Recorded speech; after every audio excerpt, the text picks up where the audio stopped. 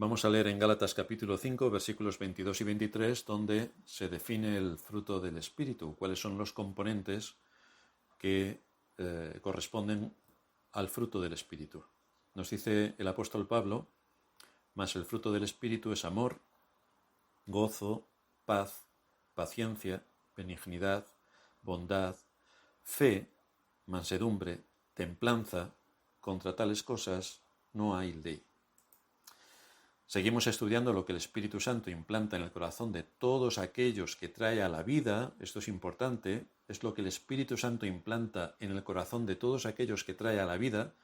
Y volvemos a recordar que este fruto compuesto se encuentra fuera de la condición natural de un ser humano. No viene con esto, no viene con todos estos aspectos que manifiestan un único fruto. Calvino dice: siempre ha habido algunos que, tomando la naturaleza por guía, han procurado durante toda su vida seguir el camino de la virtud, y no se hallan muchas faltas en sus costumbres, porque son personas honestas. Así que a esto nos referimos para establecer el hecho de que alguien puede ser honesto, generoso, altruista. Aquí no vais a encontrar a los políticos, pero la gente normal puede ser honesto, generoso, altruista, sin que haya la más mínima operación del Espíritu Santo en su interior. No. El que veamos a una persona con estas cualidades no muestra que sea un hijo de Dios. Ni tampoco de aquel que pudiera ser creyente se puede deducir que tiene este don del Espíritu Santo porque actúe de esta manera. Porque si no fuera creyente, actuaría exactamente igual. Son cualidades naturales que derrama la gracia común de Dios para restringir el mal en nuestra sociedad, pero que no provienen en absoluto del Espíritu Santo.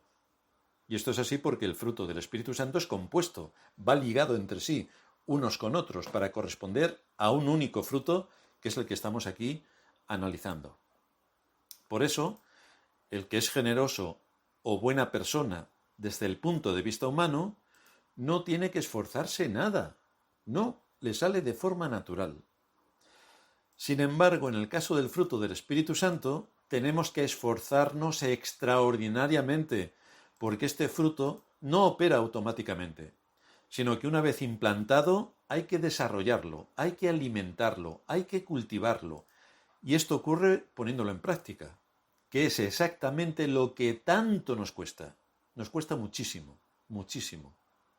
El fruto requiere todo ese trabajo para que tenga sus consecuencias. Así que, como ocurre para obtener cualquier fruto, necesita del cuidado, la atención y el esfuerzo constante y diario para mantenerlo activo y que crezca, lo que supone que debemos esforzarnos para aplicarlo en las distintas áreas de la vida. En lo que corresponde a la participación de ese fruto compuesto que nos toca hoy, llegamos a la fe. Y estudiaremos en el contexto de la fe 4 puntos. El primero, los antecedentes de la fe. El segundo, la fe como medio. El tercero, la fe como certeza. Y el cuarto, la fe como recurso. Así que vamos a ver en primer lugar los antecedentes de la fe. ¿Cuál es el propósito por el que Cristo vino a este mundo? Evidentemente, si conocemos un pelín las Escrituras, diremos que vino a salvar a los pecadores. El propósito, efectivamente, por el que vino Cristo fue para vencer a los 3 enemigos del hombre. Los 3 enemigos del hombre son el pecado, el diablo y la muerte.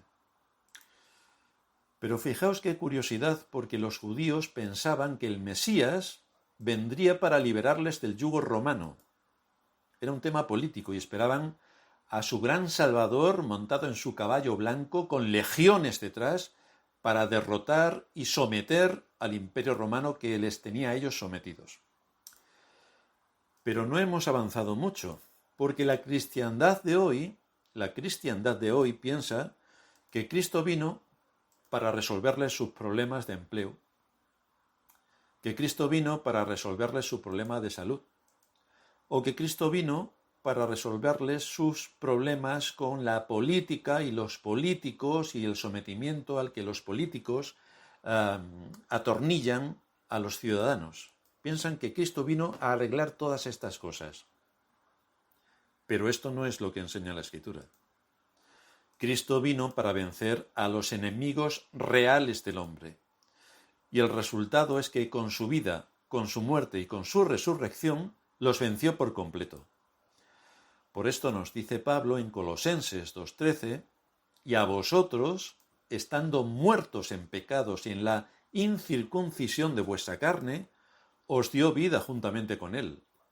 Cristo nos dio vida juntamente con él. Cristo nos dio vida. No la dimos nosotros.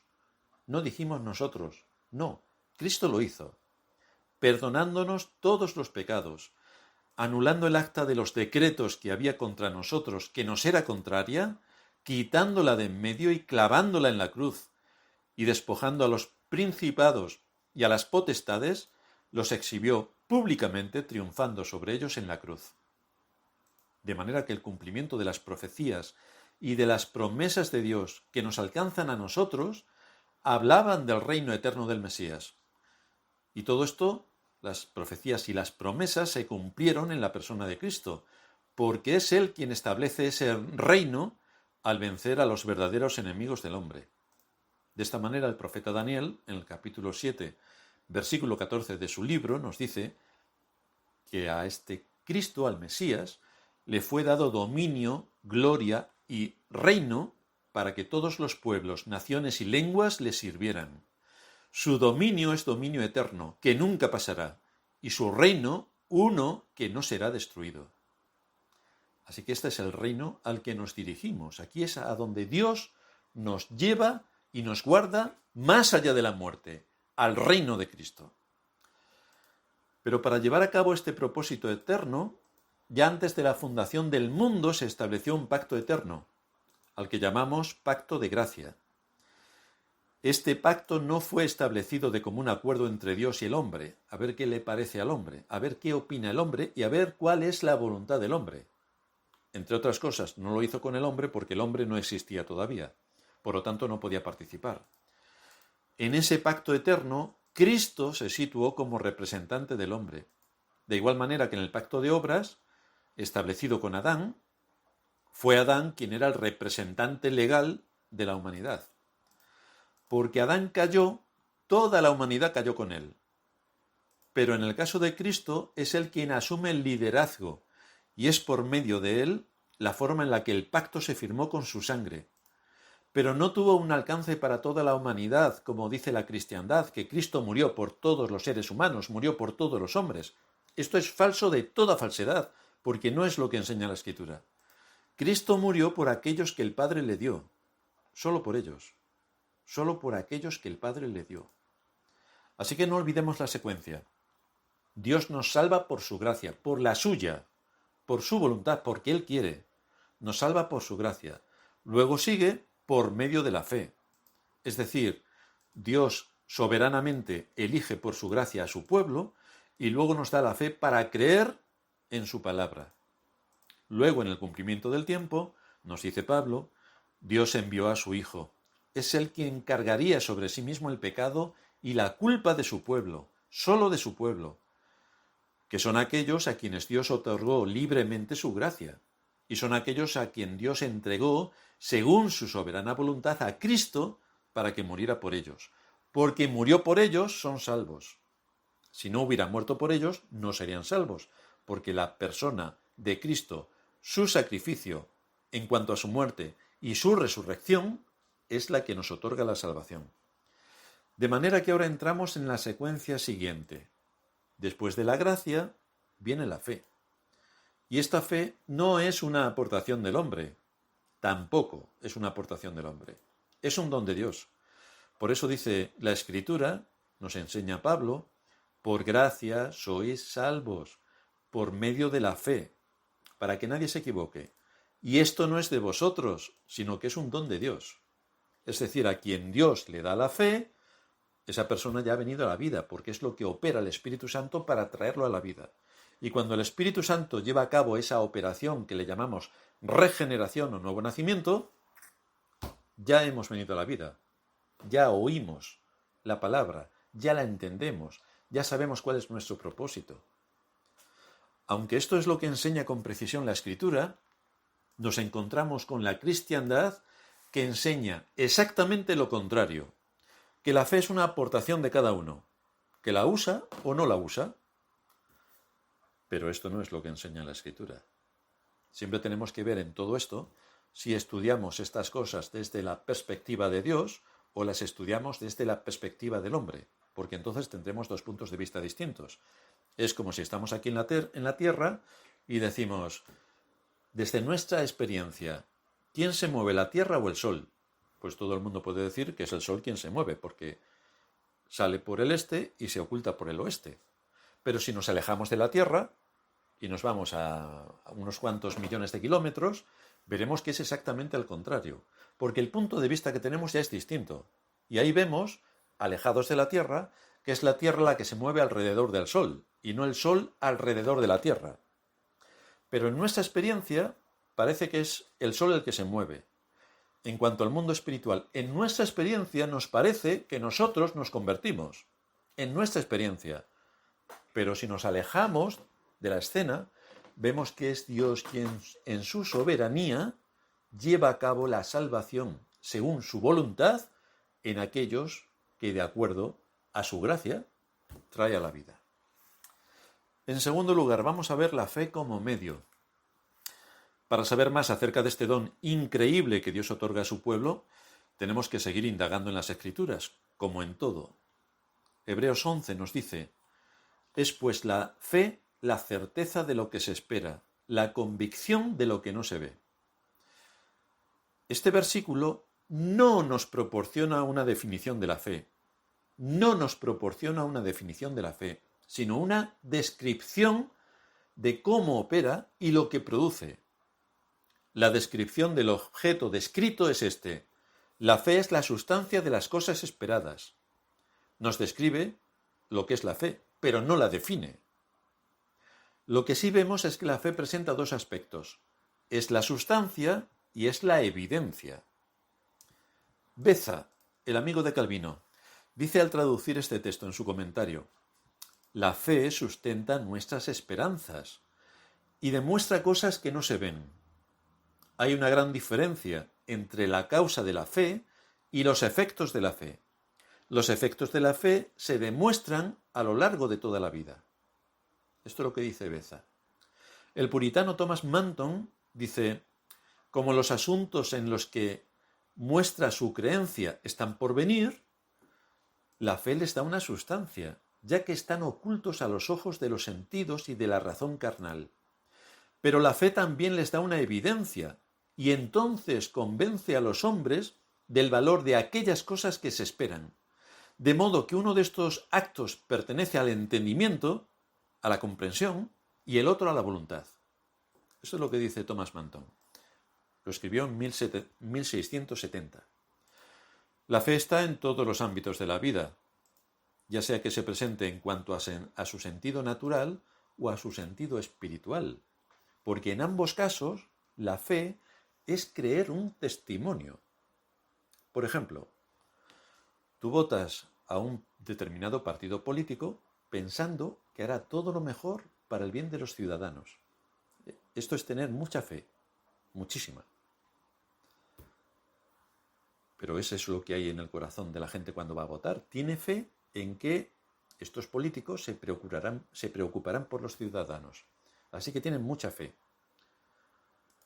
Por ejemplo, otro caso. Yo creo el testimonio que me da mi empresa de que al final de mes cobraré la nómina. Tengo fe. Creo en su testimonio. Pero desde luego no estoy seguro. Pero creo por fe en que me pagará. O los que aún están con la hipoteca tienen fe de que cuando acaben de pagar la hipoteca, la casa será suya. Tampoco estamos muy seguros, porque con los movimientos políticos que hay, lo mismo terminas de pagar la casa y te la quitan. Pero bueno, tenemos fe en que cuando terminemos de pagar la hipoteca, la casa será nuestra. Todo esto ocurre en el contexto de la fe. Hay muchas cosas cotidianas que están basadas en la fe, es decir, en creer el testimonio de alguien. Todas ellas son coherentes con el desarrollo natural de la vida. Todas se sustentan en la legalidad, aparentemente. Tengo que conocer el entorno donde me muevo para entender que esa fe tiene un fundamento, a fin de esperar una certeza sobre algo que está por venir. Es decir, yo estoy trabajando, la legalidad me ampara y espero lógica y legalmente que cuando llegue final de mes me paguen por mi trabajo. Así que fijaos cómo se sustenta. Se sustenta en el desarrollo natural de la vida, en la legalidad y en el testimonio que tengo de que eso va a ser así. Pero esto mismo ocurre en el mundo espiritual. La fe es creer en el testimonio de Dios, que está basado en la legalidad perfecta que Él establece. Es decir, la fe es creer lo que Dios afirma y que eso es de total confianza. Y lo que está exponiendo en su palabra es verdad, de manera que cumplirá todos sus propósitos y todas sus promesas. Esto es lo que hace la fe. Cree el testimonio de Dios. Lo contrario a aceptar lo que Dios dice en su palabra es no tener fe. La incredulidad es no tener fe, lo cual implica no creer a Dios, que es uno de los mayores pecados que se pueden cometer. Que Dios diga algo y la gente no crea lo que Dios dice. Por eso se condenan muchos, porque no creen al Evangelio. Esa es su condenación. No creyeron en Cristo. En Juan capítulo 10, versículo 25, está hablando Jesús con los judíos y les dice: os lo he dicho y no creéis. Las obras que yo hago en nombre de mi Padre, ellas dan testimonio de mí. Pero vosotros no creéis. Y aquí da el matiz de por qué no creen. Porque no sois de mis ovejas, como ya os he dicho. Como no son de sus ovejas, no creen el testimonio de Dios. El no ser del rebaño de Cristo es ser literalmente hijo de Satanás. Esto a la gente le da mucho pavor y mucho pánico, y los cristianos no quieren decir esto por si van a insultar a alguien. Pero realmente todos venimos a este mundo siendo hijos de ira, siendo hijos de Satanás. Dios en su gracia soberana nos rescata del reino de Satanás y nos lleva al reino de Cristo. Por la muerte y resurrección de Cristo somos adoptados hijos de Dios, y entonces somos hijos de Dios, cuando hemos sido convertidos por la acción poderosa del Espíritu Santo. Pero antes éramos hijos de Satanás, como el resto de los seres humanos que pueblan este mundo. Esto nos lleva a nuestro tercer punto, la fe como certeza. El escritor nos dice, el escritor de Hebreos, que la fe es la certeza de las cosas que se esperan. Y la palabra griega que se usa aquí como certeza ha sido traducida de diversas maneras. La Reina Valera lo traduce con la idea de seguridad. Tenemos la absoluta seguridad de las cosas que se esperan. En el capítulo 1 de Hebreos y en general en todo el Nuevo Testamento, la fe es mucho más que un simple asentimiento a cualquier cosa revelada y declarada por Dios. Es mucho más. Es una convicción firme de que estamos absolutamente seguros de lo que esperamos. Esto nos proporciona una certeza segura porque es Dios quien lo ha prometido. Dios ha prometido que estaremos en los cielos nuevos y en la tierra nueva donde mora la justicia, y que Cristo será el Rey de todo el universo. Nosotros esperamos llegar a nuestra patria celestial, a donde Cristo fue a preparar moradas para nosotros. De esta manera la fe se convierte en el fundamento de esa esperanza, es decir, que la palabra de Dios es el fundamento objetivo sobre el cual descansa nuestra esperanza. Eso nos lo proporciona la fe. Por eso no debemos decir, creo en Dios. No, sino creo a Dios. Creo a Dios. Porque creer en Dios también los demonios creen. Pero asienten como suya la palabra de Dios y la toman como algo impactante para su vida, para cambiar algo. No, Dios es un mortal enemigo. Por lo tanto, no podemos decir creo en Dios, sino creo a Dios. Así vemos que la fe no es ciega e irracional como intentan vendernos desde los distintos estamentos sociales el mundo que nos envuelve. No, la fe está basada en un conocimiento objetivo sobre quién es Dios y todo el testimonio que se encierra en su palabra, que nos ha dejado por escrito, para que tengamos conocimiento de su ser, de su poder, de su voluntad y de su dominio infinito. Y este mismo proceso de la fe lo podemos encontrar en cualquier otra de las ciencias. La gente tiene mucho que asumir por fe, incluso en las ciencias físicas. Pero aquí estamos hablando exactamente de lo mismo. Por fe aceptamos también y asumimos lo que Dios está diciendo y, por supuesto, creemos que es la absoluta verdad. Por otra parte, la fe es un fundamento subjetivo, porque me convence a mí de la certeza de esa esperanza. Por eso es un don de Dios, porque al hacerme receptor de su gracia, produce la vida para que por medio de la fe pueda haber una realidad que antes no existía para mí. Y no existía para mí porque estaba muerto espiritualmente, no la podía percibir. Pero al darme la fe por su pura gracia, se evidencia que esa gracia ha operado en mí anteriormente ya para darme la vida, por medio de esa obra que lleva a cabo el Espíritu Santo. Es decir, ya ha producido el nuevo nacimiento. Por eso recibo la fe, porque el Espíritu Santo ya ha operado. De esta manera, como ya poseo la fe, una fe que me ha sido dada como un don excepcional por el Espíritu Santo, puedo comprobar que la fe y la confianza son inseparables.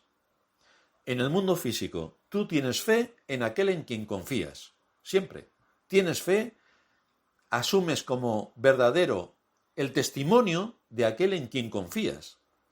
Crees la palabra de aquel en quien confías. Pero en el mundo espiritual es de mucho mayor alcance. Porque Dios me da la fe, es por lo que tengo la certeza y seguridad absoluta de que Dios tiene la capacidad y la fidelidad para darme lo que Él ha prometido, la vida eterna.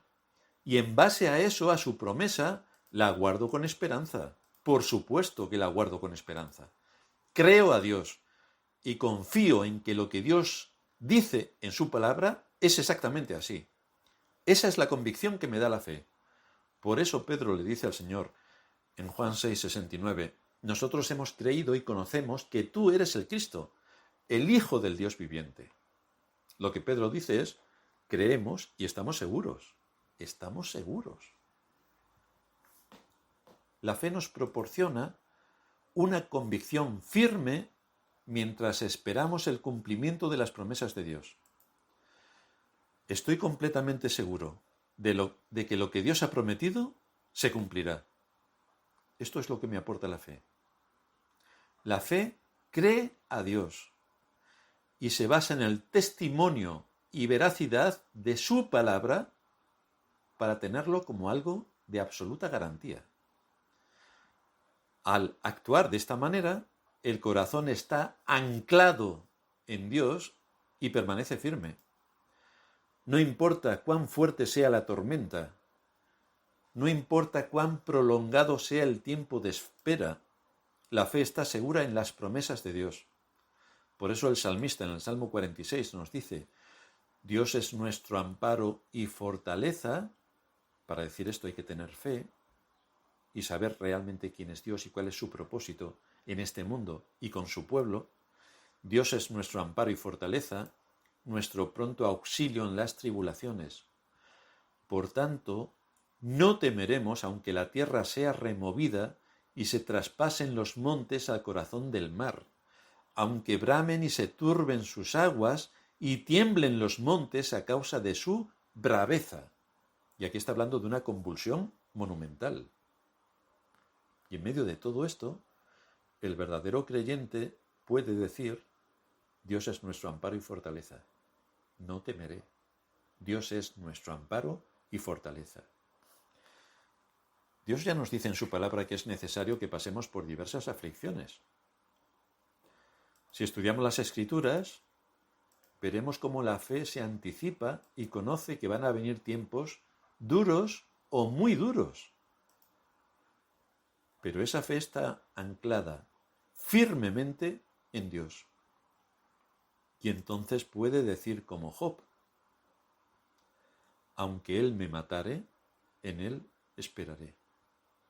A veces cuando leemos los salmos o las expresiones que utiliza Job y otras muchas expresiones que aparecen también a lo largo de la Escritura, nos quedamos como diciendo, qué grandes eran estos hombres, mira qué frases más bonitas. El asunto es cuando te pasa a ti. ¿Cómo actúas cuando te pasa a ti? Porque la fe sabemos que tiene que ser probada. Y se prueba, dice Pedro, como el oro. Y para probar el oro tiene que pasar por el fuego. Tiene que ser sometido a extremos increíbles para arrojar fuera la escoria y quedarse con el verdadero metal, que es el oro. Y es así también como se prueba la fe. El asunto es si nosotros estamos dispuestos a que nuestra fe se pruebe de esta manera. Así que la fe verdadera surge de una confianza y expectativa permanente de las cosas futuras. No solamente mira a este mundo con todas las vicisitudes, aflicciones, pruebas y juicios que nos van a sobrevenir a lo largo de toda la vida, sino que especialmente mira al futuro. La fe es la sustancia de las cosas esperadas. La fe le da toda la credibilidad al testimonio de Dios. Descansa en sus promesas. Para esto tenemos que conocer sus promesas. Descansa en sus promesas y espera el cumplimiento de ellas. La fe mira hacia el futuro y lo toma como una realidad presente, como si ya lo hubiera poseído. La vida eterna es nuestra.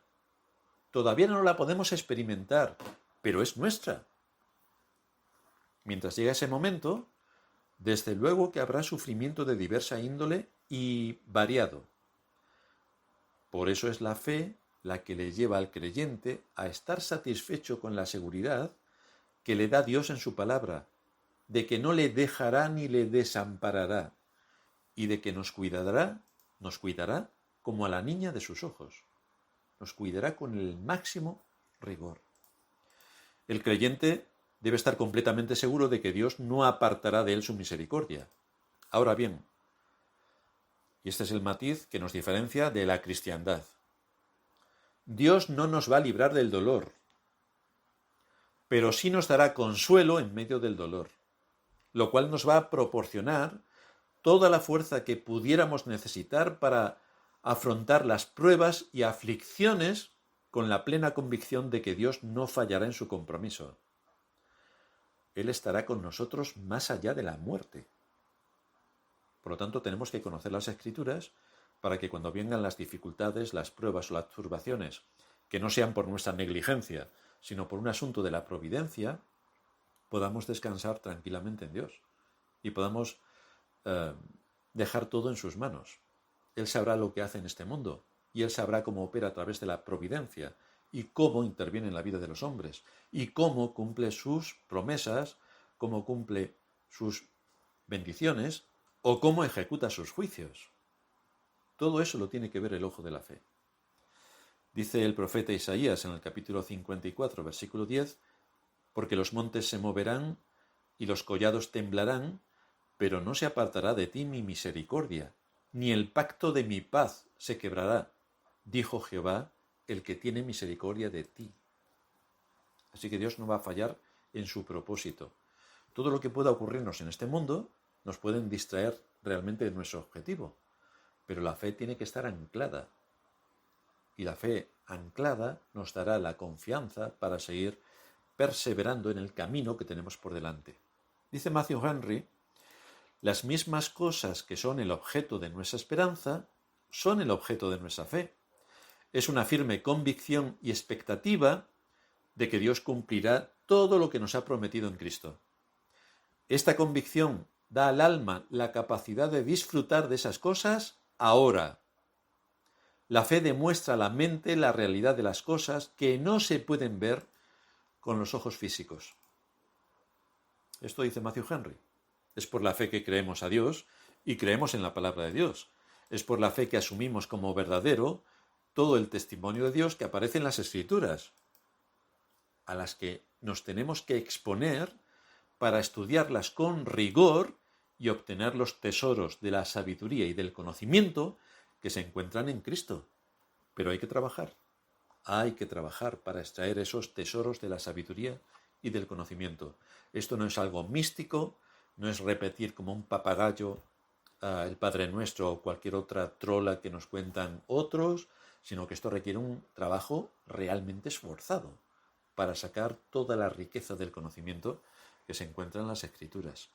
Por eso llegamos a nuestro cuarto punto, la fe como recurso, un recurso que hay que cultivar.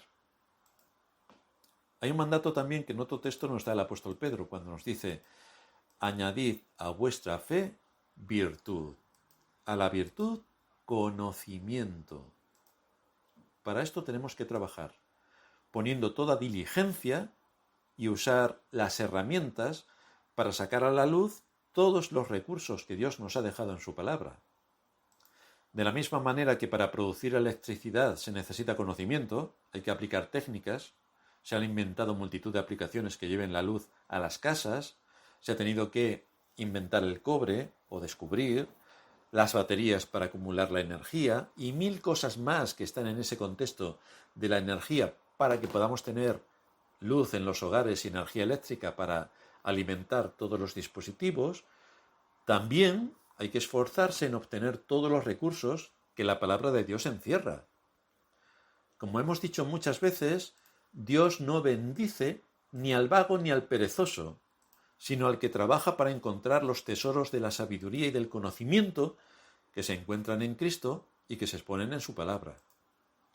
La Biblia nos da el relato más veraz y exacto de la realidad, porque es la palabra de Dios, porque conocemos el poder de Dios, porque sabemos todo lo que ello implica, asumimos sus doctrinas sin discutir. Esto es lo que produce la fe. Cuando Dios dice en Génesis 1:1, en el principio creó Dios los cielos y la tierra, no tenemos absolutamente nada más que discutir. Creemos a Dios y creemos que en el principio, cuando Él quiso, trajo a la existencia lo que no existía. Trajo a la luz toda la evidencia de la vida y la sacó de la oscuridad. Y Él en su palabra nos dice que en el principio creó los cielos y la tierra, creó, no que evolucionó todo, sino que creó y luego creó todo lo que conocemos sobre la tierra. Si Dios dice que lo creó, es exactamente así. Sea Dios veraz y todo hombre mentiroso. Ya se ocupa el hombre de retorcer las doctrinas, retorcer la enseñanza y decir que Dios no fue quien creó todas las cosas. Bueno, eso es lo que hace un hijo de Satanás. Lo que nos sorprende es que muchos que se llaman creyentes crean lo mismo que los hijos de Satanás. Nos sorprende bastante.